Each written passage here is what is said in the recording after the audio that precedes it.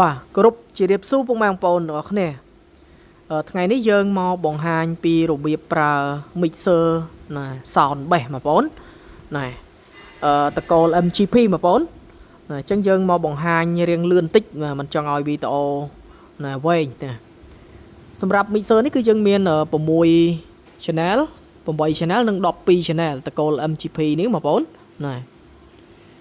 ចឹងតោះបងប្អូនយើងមកបង្ហាញពីវិធីប្រើរបៀបប្រើទាំងអស់គ្នា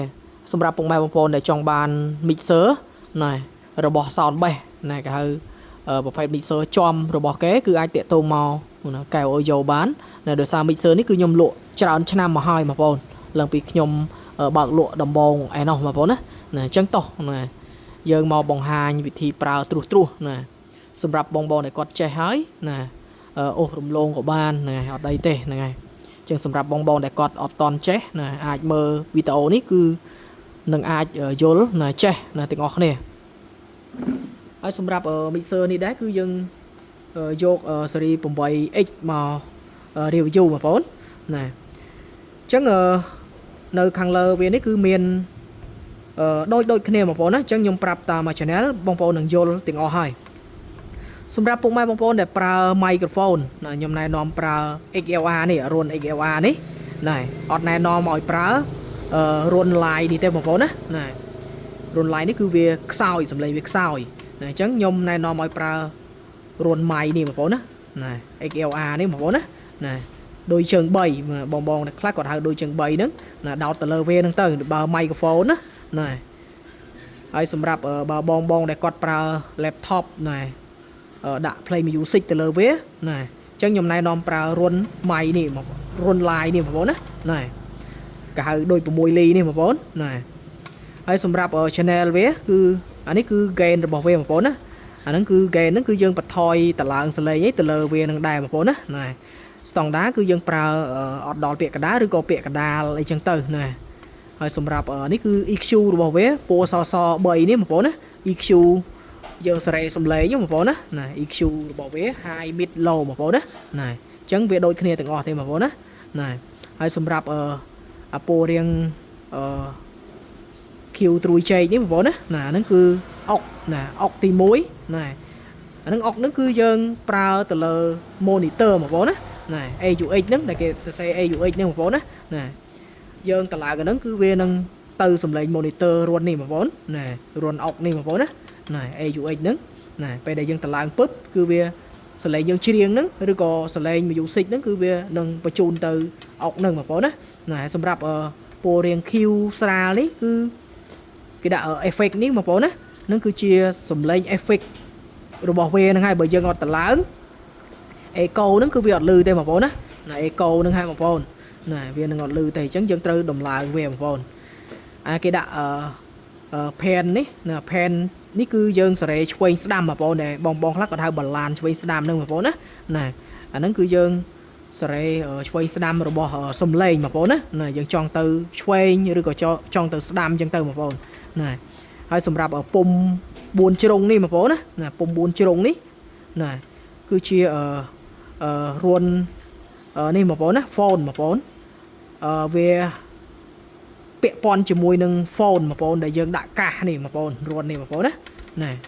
បើយើងចុចចូលណាឬក៏ចុចចេញអីគឺយើងវាពាក់ព័ន្ធជាមួយ main នេះបងប្អូនណាសំឡេងគឺវានឹងបាត់ពី main នេះគឺឮតែ phone នេះទេបងប្អូនណាហើយសម្រាប់ក្រោមនេះហ្នឹងហើយបងខ្លះក៏អត់យល់កន្លែងហ្នឹងទេដែលគេដាក់phone ហ្នឹងបងប្អូនណាអាហ្នឹងគឺវាពាក់ព័ន្ធជាមួយអាហ្នឹងឯងបងប្អូនណាហើយសម្រាប់4ជ្រុងនេះគឺវាពាក់ព័ន្ធជាមួយនឹងសំឡេងmain នេះបងប្អូនណាបើយើងចុចអានេះចូលពឹបណាចុចចូលពឹបណាសំឡេងដែលយើងច្រៀងហ្នឹងគឺវាចូលមកណា main ឬក៏គប់ទី1នេះបងប្អូនណាហើយគេដាក់1ដក2នេះគឺបញ្ជូនសំឡេងទៅណាអាគប់ទី2នេះបងប្អូនណាបើយើងចុចចូលគឺវាបញ្ជូនសំឡេងទៅគប់ទី2នេះណាបើយើងចង់ចូលតា main នេះណា LR នេះគឺយើងចុចតែមួយបានហើយបងប្អូនបើយើងចង់ចូលទៅទាំងពីរគឺយើងចុចទាំងពីរទៅវានឹងឮទៅទាំងពីរបងប្អូនណាហើយនេះគឺជា channel រុញណាតឡើងសលេងខ្លាំងឬក៏ខ្សោយរបស់វាបងប្អូនណាអញ្ចឹងខ្ញុំប្រាប់តាម channel នេះបងប្អូននឹងយល់ទាំងអស់ហើយណា វាងាយស្រួលមែនតើសម្រាប់ការប្រើប្រាស់ណាហើយសម្រាប់រុនរបស់វាបងប្អូនប្រហែលជាស្គាល់ហើយនេះគឺជារុនAUX នេះគឺរុនដែលបញ្ជូនសម្លេងពីនេះទៅហ្នឹងហើយយើងប្រើទៅលើ monitor អីហ្នឹងបងប្អូនហើយនេះគឺរុន phone បងប្អូនណារុន phone បងប្អូនហ្នឹងហើយយើងដាក់កាសដាក់អីហ្នឹងបងប្អូនណាហើយសម្រាប់អានេះគប់ទី1គប់ទី2អានេះគប់ទី1គប់ទី2បងប្អូនណាអញ្ចឹងអានេះគឺគប់នេះឯងបងប្អូនណាហើយសម្រាប់ការប្រើប្រាស់ខ្ញុំណែនាំប្រើ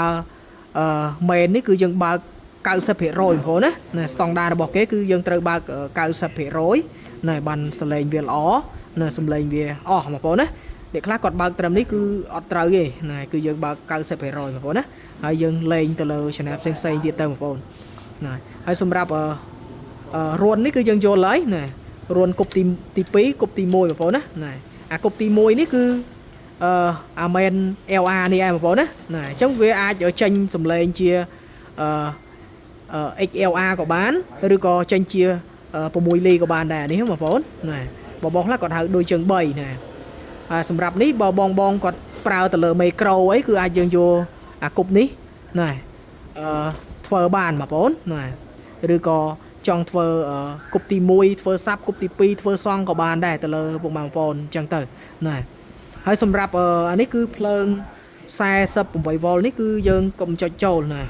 ចុចចូលគឺអាចមីក្រូហ្វូនយើងប្រើខ្សែហ្នឹងវាអាចឆក់មាត់យើងបងប្អូនអាហ្នឹងគឺយើងបញ្ជូនភ្លើងទៅគេហៅម៉ៃដែលប្រើភ្លើងបងប្អូនណាយើងបញ្ជូនទៅ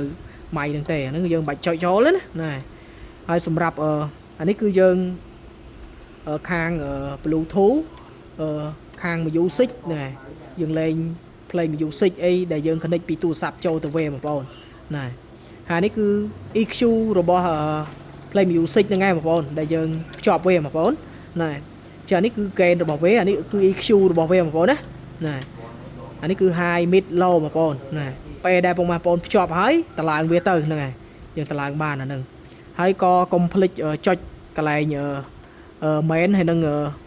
2នេះចូលដែរបងប្អូនណាបើបងចង់ឲ្យអា play music នឹងលឺទៅគប់ទី1គឺយើងចុចខាងលើនេះបើចង់ឲ្យវាចូលទៅគប់ទី2នេះណាអញ្ចឹងបងប្អូនត្រូវតែចុចវាណាបើអត់ចុចគឺអត់លឺទេគឺអត់លឺបណ្ដោយបងប្អូនណាកុំឆ្ងល់កន្លែងហ្នឹងហ្នឹងហើយកុំភ្លេចតឡើងអាកន្លែងសំឡេង USB នេះផងបងប្អូនណានេះណាគឺយើងចុចចូលទៅបងប្អូនណាកុំភ្លេចតឡើងបើអត់តឡើងគឺអត់លឺទេបងប្អូនហ្នឹងគឺវិធីប្រើរបស់វាណាហើយសម្រាប់ពុំនេះពុំបងប្អូនឃើញគេដាក់អានេះគេដាក់គប់2 mic L ណាគប់2 mic A បងប្អូនអញ្ចឹងអាហ្នឹងគឺជាវាពាក់ព័ន្ធជាមួយយើងជូនសំឡេងពីគប់ណាគប់ទី2នេះហ្នឹងហើយគប់នេះមកគប់នេះណាបើយើងចុចចូលបងប្អូនណាអញ្ចឹងគឺវាពាក់ព័ន្ធជាមួយអាហ្នឹងឯងបងប្អូនណាហើយសម្រាប់volume នេះបងប្អូនណា volume នេះគឺវាសំដៅទៅលើសារ៉េសារ៉េសំឡេងនេះបងប្អូនពេលដែលយើងចេញពីទូរស័ព្ទដៃឬក៏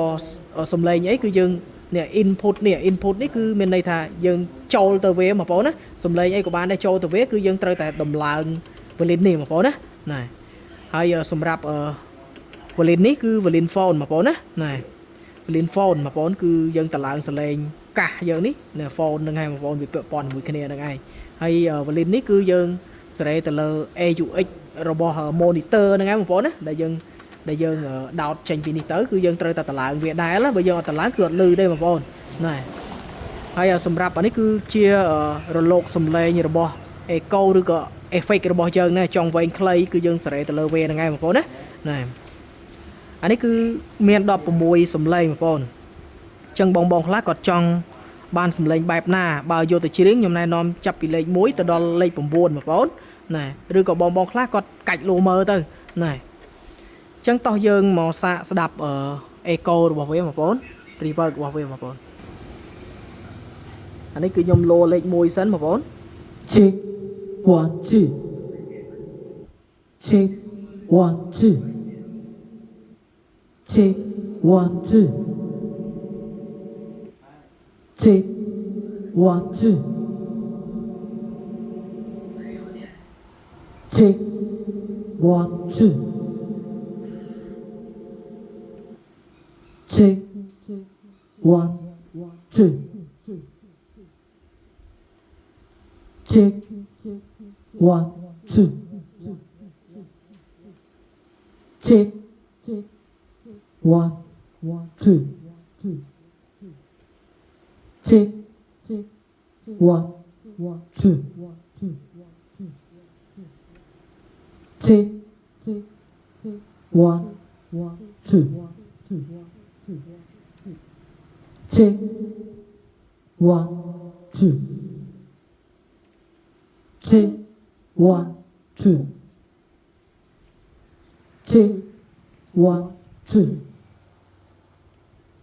check 1 2 check 1 2 check 1 2 check 1 2 ចឹងយើងបានស្ដាប់ហើយណាសំឡេងអេកូរបស់វាហ្នឹងហើយគឺយើងបានស្ដាប់ទាំង16សំឡេងហើយបងប្អូនហើយសម្រាប់កន្លែងនេះបងប្អូនកន្លែងនេះគឺកន្លែង mode ដែលគេហៅ mode របស់វាហ្នឹងបងប្អូនណាយើងចង់ភ្ជាប់ Bluetooth យើងត្រូវតែចុចកន្លែងហ្នឹងមួយបងប្អូនណាណាហើយយើងទៅភ្ជាប់នឹងទូរស័ព្ទដៃយើងហើយពេលដែលឮ play music ហើយយើងអាចសេរី channel នេះបានណាហើយមួយទៀតកុំភ្លេចចុចពីរនេះចូលហងបើចង់ឮទៅគប់ទី1ឬក៏គប់ទី2បងប្អូនចឹងសម្រាប់ការប្រើប្រាស់គឺយើងមានតែប៉ុណ្្នឹងឯងហើយយើងប្រាប់អស់ហើយគឺអត់មានអីទៀតទេណានៅតែនេះមួយទៀតបងប្អូនណាអានេះគឺជារុនចូលរបស់វាណារុនចូល input នេះដែលគេដាក់ input ហើយនេះ output នេះ output នេះគឺរុនចេញបងប្អូនដែលយើងចង់ទៅភ្ជាប់ជាមួយ crossover ឬក៏យើង record សំឡេងនេះគឺយើងពាក់ព័ន្ធជាមួយនឹងពីររុននឹងដែរបងប្អូនណាបងខ្លះគាត់អត់ប្រើរុននេះទេគាត់ទៅដោតរុននេះគឺខ្ញុំអត់ណែនាំឲ្យប្រើទេព្រោះសំឡេងវាចេញទៅតិចបងប្អូនណាហើយសម្រាប់បងខ្លះដែលគាត់ចេញពី laptop ឬក៏ computer អីគឺហាមចូលមករុននេះគឺយើងអត់អាចសេរីសលេង high mid low EQ វាបានទេបងប្អូនណាអញ្ចឹងយើងសេរីបានតែឡើងទេបងប្អូនណាអញ្ចឹងវាអត់សូវប្រុសបងប្អូនអញ្ចឹងខ្ញុំណែនាំដោតទៅលើ channel របស់វាបណ្ដាបងប្អូនណាហើយសម្រាប់ laptop អីគឺហាមដោតទៅលើ channel នេះខ្លាច់ភ្លើងវាចូលទៅវាអាចឆេះគ្រឿងរបស់យើងបងប្អូនណាអញ្ចឹងយើងប្រើទៅរុន6លីនេះបងប្អូនណាដូចជាអត់មានអីទៀតទេបងប្អូនណាគឺយើងប្រាប់អស់រលីងហ្នឹងបងប្អូនគឺមានតែប៉ុណ្្នឹងឯងសម្រាប់បងដែលគាត់ចូលចិត្តវិធីប្រើពីកៅអូយ៉ូសូមកុំភ្លេចចុច share ម្នាក់មួយអូខេខ្ញុំជម្រាបលា